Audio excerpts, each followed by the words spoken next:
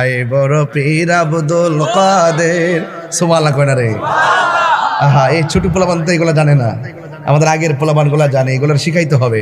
আয় বড় পীর আব্দুল কাদের জিলানির জিলানি, তোমারই নামের গুণে। মাশাআল্লাহ।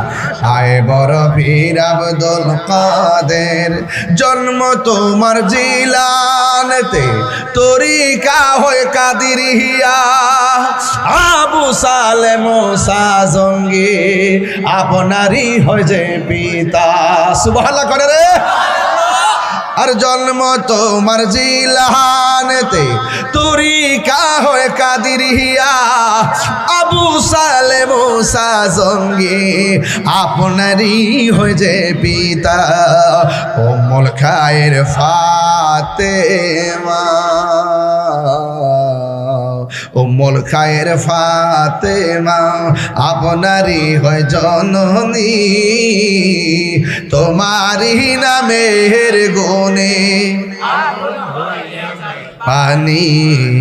আয় বড় পীর আব্দুল কাদের জিলানির জিলানি, তোমারই নামের গুণে পানি।